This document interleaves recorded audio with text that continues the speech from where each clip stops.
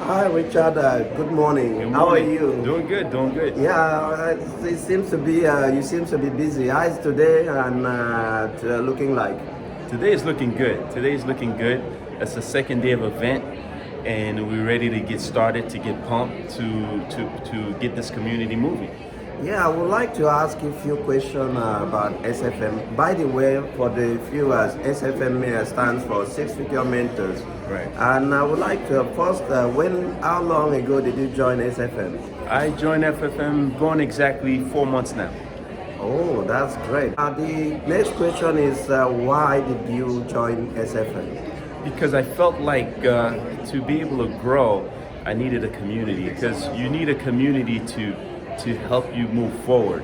And when I looked at the SFM community, I saw it's a community that's been around for going on 10 years now, and it's really a growing community.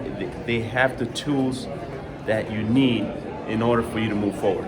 Oh, that's great. What will be your advice to people that looking for something or to change something? What will be your advice to them? My advice is if you're looking for community to grow to not to change yourself financially, but to change yourself in other areas of your life, SFM is a community that you definitely want to look into.